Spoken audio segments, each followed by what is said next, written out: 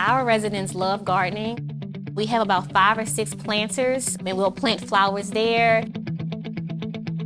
So what we did today was just take some begonias and plant them in the planters. I'm learning with you guys. That's enough? Okay, I'm sorry. I love to let the residents take charge and take ownership of their activities. And they assemble bouquets and flowers for fellow residents and also for our dining area downstairs as well.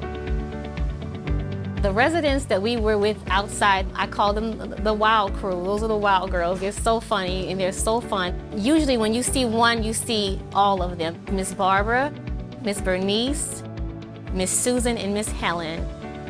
During the winter seasons, we had to do an indoor planter over here to the left in our creative studio. We put rosemary, basil, mint leaves, just everything we could think of that could actually survive the winter. And then when it gets warmer, you transfer everything outside. And today we also fed the birds and we fed the squirrels. There we go. Perfect. Perfect. That keeps us busy. It keeps us out there at least maybe like every other day.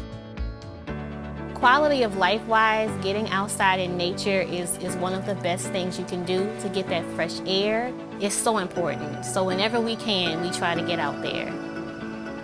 We're ready for summer.